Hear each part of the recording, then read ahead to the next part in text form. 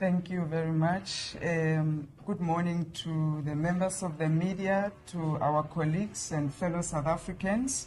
Thank you so much for taking your time to come and listen to MK Party today. Before I start, I would like to introduce the colleagues around the table. I've got Honorable Des van Rooyen, who is leading the finance team. He sits in the SCOF committee. He is with Honorable Brian Molefe in the SCOF committee, so they are in charge of the finance portfolio. I also have Honorable Mwali. He is in the appropriations committee together with Honorable Wesley. They are the team that is in charge of appropriations. I have here with me on my left, Honorable Andile Mkitama. Most of you would know him. He is in the committee that's in charge of the constitutional reviews. As you would know that we've submitted our amendments as MK Party, and he is responsible to run with that process and ensure that the voices of our people are reflected in the new constitution that we're working on. Members, today, as the newly appointed Chief Whip of MK Party in the National Assembly, I would like to first start by extending my gratitude to the leadership collective of MK Party, especially to President Zuma for entrusting me with this critical role, and especially at this time in our party and in our country. But I would not be doing justice if I don't thank my predecessors, Honorable Manyi and Honorable Ngubane, who have been chief whips before. They have assisted and worked very hard to shape the caucus to where it is today, and helped to build it at the critical infancy when it was the first time that most of the members were stepping onto the parliamentary house.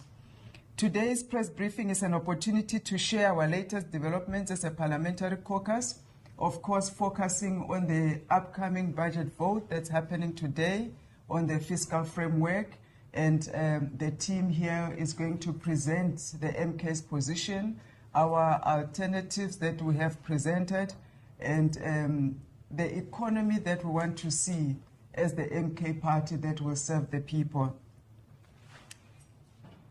We also are going to reaffirm today our party's commitment to them as a caucus as the path to power. And in that theme, we are focusing on decolonization of the economy to reclaim and restore the dignity of our people. MK Party is not just a parliamentary structure in terms of our caucus. We are the revolutionary engine of our movement. We are the official opposition, as you would know, and our mandate is very clear from the president and from the leadership collective to fight for the total liberation of South Africa's black majority and the indigenous people from the chains of economic, social, spatial, cultural, and ideological apartheid. In all that we do in our parliamentary work, you will see that theme starting to run through, whether it's motions, it's questions, it's member statement, and our participation in parliament. All our 50 members right now currently in the National Assembly are geared to carry out the people's mandate along this theme. Our priority will remain radical economic transformation, land expropriation without compensation, decolonization of knowledge systems, and the socio-economic justice of our people. And of course, as a chief whip, one of my key roles will be to ensure that we maintain a disciplined caucus, our strategic focus remains the same, and of course, maintain our revolutionary vigor.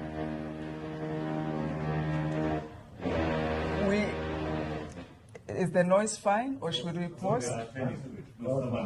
They're attending to it. Should I proceed? Thank you. We hold constantly and firmly so, assertively so, the government of national unity to account for all its glaring failures that we see on a daily basis. And as the MK caucus, we also present a very credible alternative. We are the government in waiting. And in that, 3 priorities that you will see will be focusing on as a caucus going forward: strengthening our parliamentary performance, using our motions strategically, using elements like the constitutional review strategically to advance the policies that are embedded in our constitution and in our people's mandate. We are going to enhance our public engagements, deepening our connection with our people, the traditional leaders, our in-chiefs, our indunas, our churches, our youth, our students, and all our communities at large around the nations. Our sectoral engagements will also be more pronounced with our business people, our churches, etc. And some of the things that you'll see us advocating a bit more loudly as a caucus is the nationalization of key industries, universal access to utilities for the majority of our people. We're advocating very sharply for the establishment of the state-owned bank, decolonization of the judiciary system, educational systems, the Ubuntu customary laws, and the Ubuntu-based jurisprudence. So those are the things that you'll start to see in our theme of the path to power. But today, we are here to focus on the finance team. They've worked very hard in this process to put together the MK's position in consultation with various stakeholders and, of course, our members, our supporters, and various sectors. And what they're going to present today is what we're going to argue very sharply in today's debate. And my closing remarks, and we'll engage further when we get to the questions and answers, is that as MK Party, we are going to remain the true voice for the people of South Africa. We are going to remain that vanguard of South Africa's liberation struggle. And the caucus has strengthened itself and sharpened itself to position us to do that and as the alternative government in waiting. Honorable Des, I will hand over to you, and then you'll take over from here with the team. When the team is done, we'll open up for the questions and answers. I thank you. Thank you very much, Comrade Chief Whip. Good morning, members of the Fourth Estate, and of course, good morning to our beloved South Africans. We must indicate from the word-go that as MK Party, we reject the 2025 fiscal framework. What we are going to present to you today is a truncated version, and our submission is captured in the report that will be tabled today. Face of growing unemployment, poverty, and inequality. Our country has been operating without an approved budget for the past 71 days. As Umkhonto Wesizwe Party, we condemn the minister's repeated failure to present a credible fiscal framework. This further contributed to the deepening of the crisis of unemployment, which we are all aware that is at 43.1%, with youth joblessness standing at 72.4%. And of course, we know that we are a country of the extreme inequality. We are a country of the extreme poverty. This failure in our take as MK Party, we regard it as a betrayal of public trust, and it contributes to the possibility that there might be widespread socio-economic instability resulting from the frustration of those of our people who have been excluded from the mainstream of the economy. The Umkhonto Wesizwe Party reiterates that Parliament should have passed a motion yesterday to censure the Minister of Finance for gross mismanagement of the national budget process, which amounted to the violation of his constitutional and legislative duties. The fiscal framework that the so-called GNU is tabled on the 21st of May fails to recognize and respond to the fact that South Africa's economy only generates 249,000 jobs annually against 768,000 new labor market entrants. Additionally, the 2025 budget and the medium-term expenditure framework will fail to deliver the growth needed to meet the government's own medium-term development plan's GDP growth target of 3% by 2030. The so-called GNU aborted the regressive increase in VAT and its equally regressive subsequent fuel levy proposal disproportionately harm the poor, revealing a lack of empathy and a bankruptcy of visible solutions. Furthermore, both these measures are anti-growth. They dampen consumption spending, and they are also inflationary. Both measures are a brutal attack on the poor and working class of our country. In particular, the proposed fuel levy will increase transport costs, will increase food prices. It will benefit the wealthy and elite at the expense of the poor people that we represent in Parliament. And fuel levy will definitely perpetuate and deepens inequality. The 2025 fiscal framework is based on GDP growth projection of 1.4%, which has been condemned by most participants in the public participation process as being overly optimistic. The measures proposed in the 2025 fiscal framework will not set South Africa on a path to meet the medium-term development plan's 3% growth target by 2030.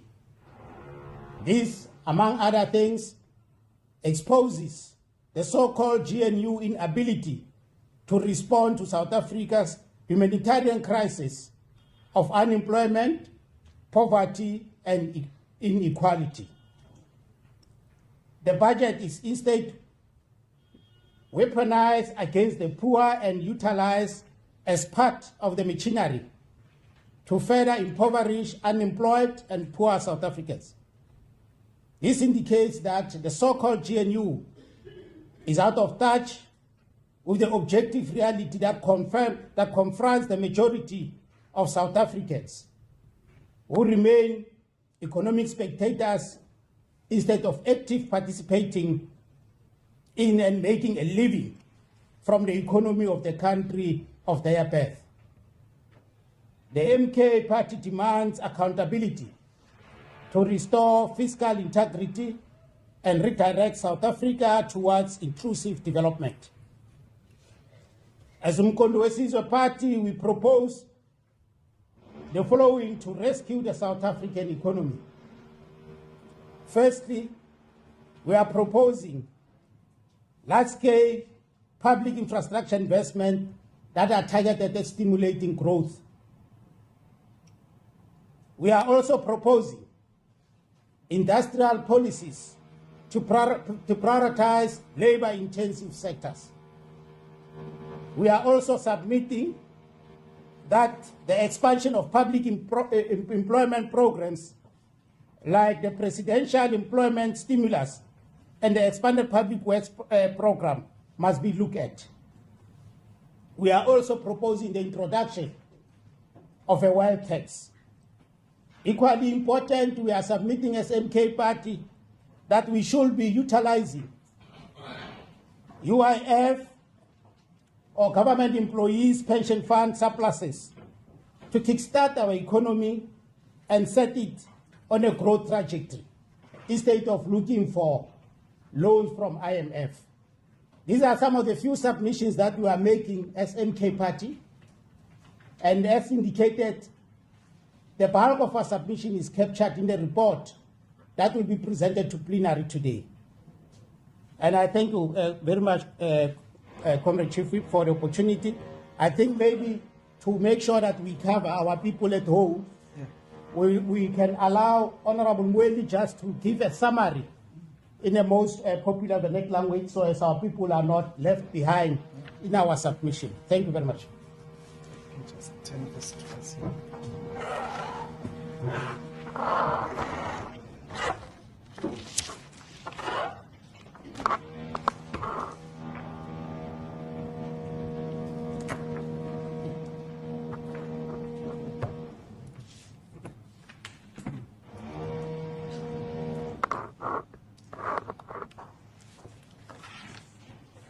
Angibingelela bezindaba, ngibingelela abantu bakithi base South Africa. Siwumkhonto wesizwe, siyasigxeka kakhulu isenzo sikaMhlonishwa obhekele isabelo sezimali eNingizimu Afrika. Kulandela ukuthi sekuphela izinsuku engango-71 ulokuqalile unyaka wemali, kodwa izwe alinaso isabelo semali esiphasisiwe. Lokhu kudedengu obukhulu futhi kuyichilo kubantu bakithi abahlele emakhaya abangasebenzi. Futhi kugqugquzela ukuphila ngokungalingani ezweni laseNingizimu Afrika.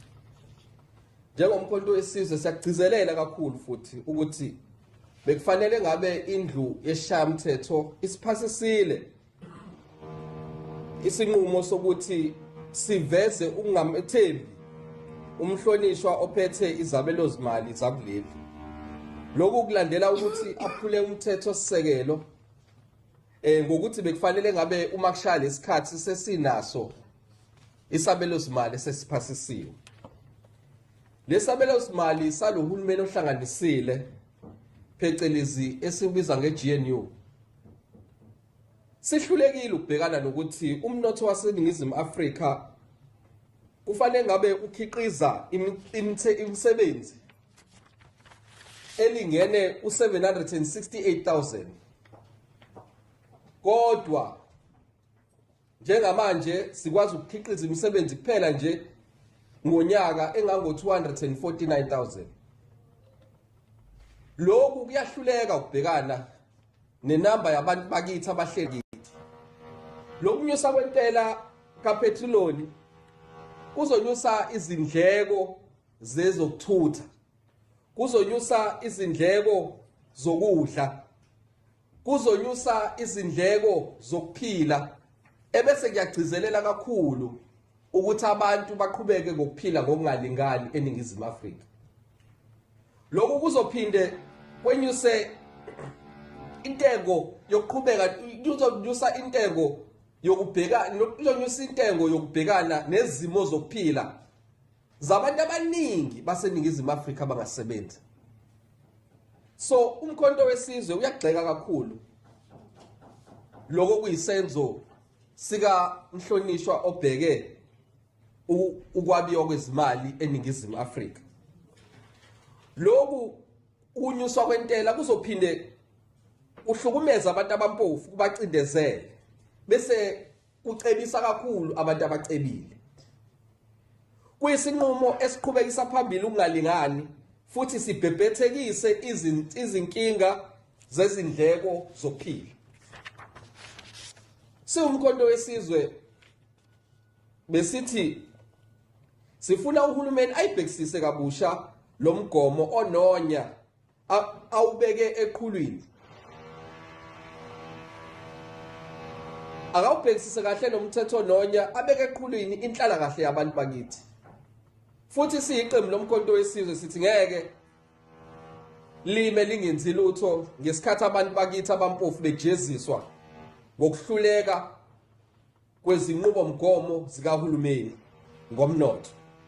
Sizolwela ikusasa labantu bakithi elingcono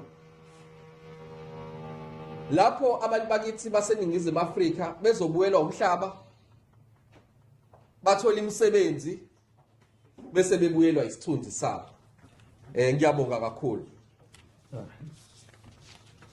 All right, thank you very much, Chief Whip. I think we have Tswana, we have Africans, those of you who want to pose questions in those other languages.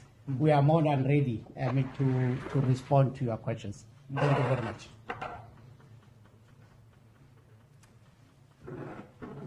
Thank you very much. Do you want to, maybe before we pause, quickly summarize in Afrikaans? And then we can go to questions. Just, you don't have to move, you will come. Ja, goedemiddag allemaal. Suid-Afrika is al meer dan 70 dae sonder 'n wettige begroting. Dis 'n grondwetlike krisis. Die minister het gefaal om 'n geloofwaardige fiskale raamwerk te bring en ons mense ly gevolge van sy wanbestuur. Werkloosheid is op 43,1%, jeugwerkloosheid is op 72,4%. Hierdie raamwerk is 'n doodsvonnis vir ons jong mense. Elke jaar betree 768,000 jong mense die arbeidsmark, maar daar is net 249,000 poste beskikbaar. Wat moet hulle eet? Waar moet hulle werk? Wat is hulle toekoms? En hulle draai aan drugs en geweld om 'n beter lewe vir hulself te maak.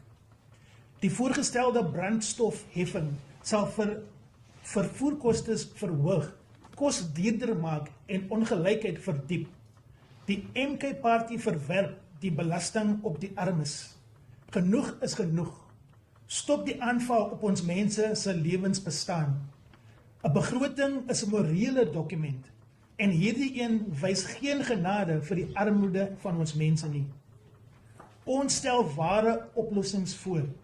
Skep werk deur infrastruktuurprojekte, brei openbare werkprogramme uit en belas die rykes, nie die armes nie. Die enigste party wat praat vir die werklose, die honger en die uitgeslaates. Die regering stel 'n begroting voor wat groei beloof, maar op papier voorsien dit net 1,4% groei. Dis 'n leuen aan die volk om te sê hulle groei hierdie ekonomie. Die watse regering verhoog BTW na 'n pandemic soos 'n COVID pandemic, na beheerkrag en met 19 miljoen mense wat reeds van toelaas aanhaflik is. Hierdie fiskale raamwerk is nie 'n plan vir heropbou nie, dis 'n plan vir verdere verarming van die werklose meerderheid. Die MK-party sê, as daar geld is vir ministeriële motors, hotelle en oorsee vlugte, dan is daar geld vir werk en vir kos vir ons mense. Die land moet teruggeneem word en dit moet gebruik word om ons mense uit armoede uit te vat. Die regering het geen plan om die werklike ekonomie te stimuleer nie. Geen plan vir plaaslike vervaardiging nie en geen plan vir jeugprogramme nie. Ons eis dat die oorskot van die werkloosheidsversekeringsfonds gebruik word om ons mense se lewens te red. Armoede is nie 'n statistiek nie. Dit is 'n realiteit van oumas wat hulle kleinkinders grootmaak sonder 'n inkomste. Ons mense laat lankal hul hoop in die stembus gelê, maar die stelsel is gebreek en hierdie GNU is nie vir ons mense nie. Dit is nie vir die armoede nie, is net vir die rykes en vir die elite. Dankie. All right, thank you very much, Chief. I think we are done. Yes. You can see leswinene loko mi yingiserile mi nyike nkarhi lowu. We are demonstrating to you that the parliament is not a house for technocrats and elites. It's a house for the people. And we are all represented. MK Party, we represent vanhu va hina hi ku angarhela, va fane va hi twa loko hi vulavula na vona.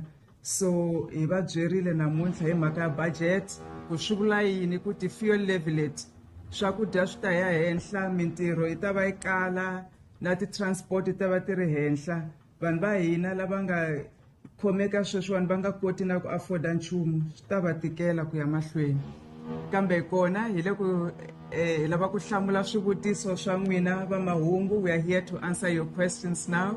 We are going to open the floor for questions and answers, and we thank you so much for your time. You can manage that for us. All right. Okay, are we going to do today? Please announce the name, your media house, and the question that you have. Thanks, Ruby. Lindsay Denkina, Eyewitness News. Several questions. Firstly, how exactly does the party propose to introduce a wealth tax? We've heard Treasury say it's not something that is immediately workable. What exactly would your party want to see taxed? Is it assets? Is it land? Is it investments? The Chief Whip spoke about your program of action being land expropriation without compensation. We've seen an attempt in Parliament before fail. I don't know if that's part of your submissions to the CRC, but what is your plan of action for achieving that? Thirdly, it's been almost a year of the GNU, which you say has been a dismal failure. How would you rate your own performance as the official opposition in Parliament over the last year? And given the fact that you have been operating without your full complement, is that not problematic in terms of numbers in voting in the House? And what is your plan to fill those seats in the current window? I'll leave it there. Thank you. I think let's answer the questions first and then we'll move on to the next question. I think it'll be the most practical. That's fine, we can do that. We'll leave the first question. Thank you so much, Lindsay. The first question, Honorable Des or Honorable Molefe, you can answer that. Land expropriation, Commander Andile will answer, and I will answer the last one. Yes, proceed. Okay, Honorable Fellow. Let's stop with you. Sir, come.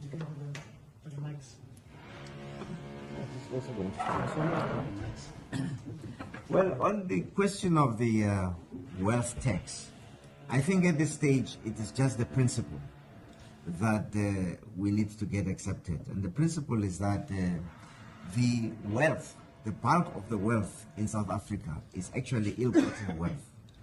It is ill-gotten wealth. It is wealth that was accumulated through a crime against humanity. And that is the principle that we need to confront. And that we should not feel guilty nor be cowardly in confronting the taxation, a redistributive taxation such as the wealth tax. So once we have agreed on the principle, we can then go into the modalities of exactly how it is going to be done. There would be, I suppose, a consultation process of exactly how we would do it, whether it's through land or investments and so on. But the principle is that the wealth that was accumulated, the bulk of the wealth that has been accumulated in South Africa is the proceeds of a crime against humanity. Land expropriation.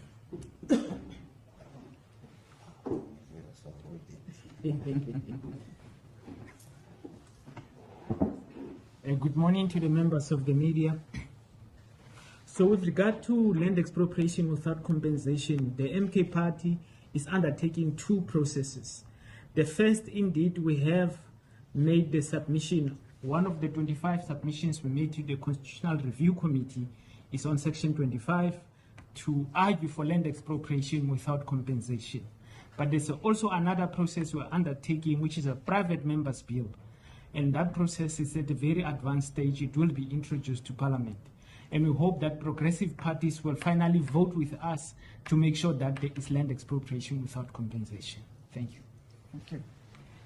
On the third question, the GNU failures, no one can deny the glaring. It's obvious that we are on budget version number 3 today because of those failures, not only in government, but also failure within themselves to reach consensus on critical matters that not only affect the poorest of the poor, the economy of South Africa, but our global image as a whole in terms of our ability to govern ourselves. So that is seriously concerning for us. Yes, indeed, we would have liked that we are 58 with all the 8 members that are still outstanding. And they are coming in this period where now it has been opened up that we can bring in our people according to the legislature of Parliament and the National Assembly. There is a process that goes behind selecting those that are suitable on various aspects to come and occupy the seats. The collective leadership of MK Party has had an overwhelming, and I mean it with the sincerity that it deserves, overwhelming interest from various sectors of our society to be part of MK Party in Parliament, because they can see the work that we are doing. Suddenly, here's people that most of them have never occupied these parliamentary seats, but, and in answering your other question, the performance of these members has sparked an interest in the community. The people of South Africa finally see themselves in us. The chiefs are here. We've got a diverse representation, women, we've got youth, we've got professionals, we've got even those with limited formal education that have been given an opportunity. Those who can't even speak English, you know, the way you and I expect each other to master this language, unfairly so. They are here, you know, advancing the interest of their communities. So I'm sure the selection process, I'm not sitting in those committees, has been very tough. But one of the key things that always is paramount in the mind of our president is representation of the ordinary South Africans. So that is what you're going to see from every aspect, as I mentioned, whether it's qualifications or connection with the community or a connection with rural communities, leaders in their own rights, defined not by diplomas or degrees only, but by their standing with the people that they are leading in the communities. They are coming. It has affected us, yes, that we don't have the full complement. If we had 58 members, rest assured that the first time this illegal budget was passed, it would not have passed because they would not have had the numbers to pass it. So there is an impact, and we're hoping that in this period going forward, that gap will be closed. Rating our performance, the members of parliament have done really well. Of course, there's a lot to improve and to build upon. But for people that had never been have never been public representatives before, as more especially at this level of parliament, I think we've done outstandingly well. And where we are lacking, we've put measures in place. People have enrolled to various courses. We are developing ourselves in various aspects of debating or specific technical committees that we're dealing with, and you'll see that improvement over time. But the fact that our communities respond to us, they hear us, they feel our work, that is where we are being rated, and it carries most weight for us as a party. Thank you. Yes, Sinead, you have a question. Sinead from Daily Maverick. Chief, we've partly covered my second question around strengthening the caucus itself. But I just want to go back to the motion of censure against the finance minister. Does that mean that MK will take other measures to hold him accountable for what is now budget 3.0? Mm-hmm. Thank you. Okay, get the next question. You answer it. It's a follow-up on your answer, Chief, about the overwhelming interest that you're receiving as the MK for people to join and to become public representatives or MPs. Mm-hmm. Does that mean now is the party not going according to the list that it submitted to the IEC in bringing people to parliament? Because the norm usually is once there's a vacancy, they go according to the list. So what's the process of the MK in filling the vacancies here? And do you have a deadline of by when those vacancies will be filled? Thirdly, when is the former SG coming to Parliament? And lastly, have you changed, ma'am, your stance on Palestine? You are surrounded by your party members who are wearing Palestinian scarves, and when you were in Johannesburg, you spoke against political parties that were in support of Palestine. You were anti-Palestine, but you've joined MK, who is pro-Palestine, looking at the branding that they are wearing here. What's your stance on that? Thanks. Do we have the last? No, thanks. My name is Thabo Mokoni. I work for the Sunday Times. I think I've been covered by Guluva because I wanted to ask for an update on the status of Mr. Fuenshilo. Yeah. Is he still headed here? When is he coming? And with the window closing on Friday, are you confident that you will meet that deadline to submit your rejigged or supplemented list? And are you at liberty to share some of the people or some of the names that you will be bringing in, the new people that you will be bringing in? Thank you. We'll start with the first question around the censure, motion of censure. Yes. Yes, indeed. Yesterday, the motion of censure, as envisaged by us as NK Party, didn't go through.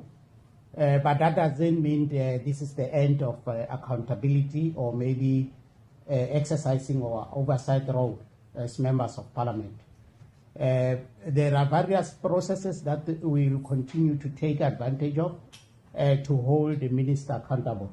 As we speak, the appropriation committee is busy dealing with the appropriation bill as well as the division of revenue bill. And those are two important bills that are at some stage used, in fact, are used as tools for oversight or also for holding the National Treasury accountable. But as indicated, as NK Party, we don't have confidence in the projected allocations, but also the revenue that are envisaged. Because the reality of the matter is that the basis of some of these projections is, as we are indicating in our statement, is overly optimistic. And we don't think that that will, at the end of the day, ensure that some of the envisaged expenditures will be realized. Even some of the expenditures coming from National Treasury itself, they are not yet confirmed. In fact, they are referred to as provisional allocations. So you can't run a budget with provisional allocation without details of where are you going to allocate those money. But the result of the matter is that our comrades, both in appropriations committee as well as us in SCOP, we will be using those platforms to hold the National Treasury and the minister accountable. So that's but we will be working also with our people on the ground, because the result of the matter is that if you look at how this budget was approached, most of the submissions that are coming from the public has been ignored. I can tell you now with confidence that in the last round of public hearings, out of 18 submissions, written submissions made by various sectoral formations, they were all saying with one voice, away with fuel levy, don't introduce fuel levy. But they went beyond that and said, expand the zero rating basket. They went further and said, if you deal with personal income tax, adjust the tax brackets for inflation. And the result of the matter is that all those submissions were ignored. So it's clear that the public participation process is not something that is taken serious by this so-called GNU government. And as MK Party, we will be working with our people to make sure that we strengthen that element of our participatory democracy system, because we think that's an element that is being ignored. It's not only even those sectoral formations that submissions were ignored. You look also at the research think tanks that we are using, mainly here in Parliament, FFC and the Parliament Budget Office. Their inputs were ignored. So it's clear that public participation, if there's anything that we should be worried of as South Africa, public participation is not taken serious by this GNU government. And that's where as MK Party, we will be moving very strongly and mobilizing our society as part of our strategy of ascending power, because it's important that we work with our people as we obviously collapse this so-called GNU, because we have concluded as NK Party that GNU is not established, this so-called GNU is not established to serve the interest of our people, but is established to serve the interest of the wealthy, to serve the interest of the elite, at the expense of the masses of our people. So we'll be working with our people in as far as holding this parliament accountable, not only the Minister of Finance, but all other departments. Because as you are aware, there are problems in municipalities, and then the country is just on the downward spiral. You know, we are going south. So obviously, it will take more than us as members of parliament, to resolve this situation. And hence, we will intensify our relationship with the masses of our people. Thank you. Thank you. Let me start with the Palestine question. MK Party stands for the two-state solution. That's the policy of the party. And we condemn the human rights issues that are taking place in Palestine. The death of women, the death of children, starvation, lack of basic necessities. There's not a mother, there's not a brother, a sister, anybody that can stand and watch that and think there's something good that's happening there. It's wrong and it needs to stop. We're speaking as MK Party on this issue all the time. There are motions that we're raising all the time in Parliament to speak against the human rights violations that are taking place. So that is where we are as a party. Now, on the issue of the list that was submitted, in the passage of time, a year, 12 months is too long. People move, people change their minds, people get other opportunities, etc. That's why you've got this period where it's called the review period. You review your list. It is not automatic that if you had a list 12 months ago, that list will be the one that goes, because things happen, life happens in between. Hence, this period is given by Parliament to say review your list, and that's what the party is doing right now. Yes, there is a first phase that has a deadline of Friday, but there is a second phase that extends beyond Friday, where you can still review your list up to 25% of your reserve list that you have had. So the party is exercising those options that are provided by law. We don't know yet. We don't have a final list of who will be coming. The party is responsible for that, and when they are ready, they will inform us.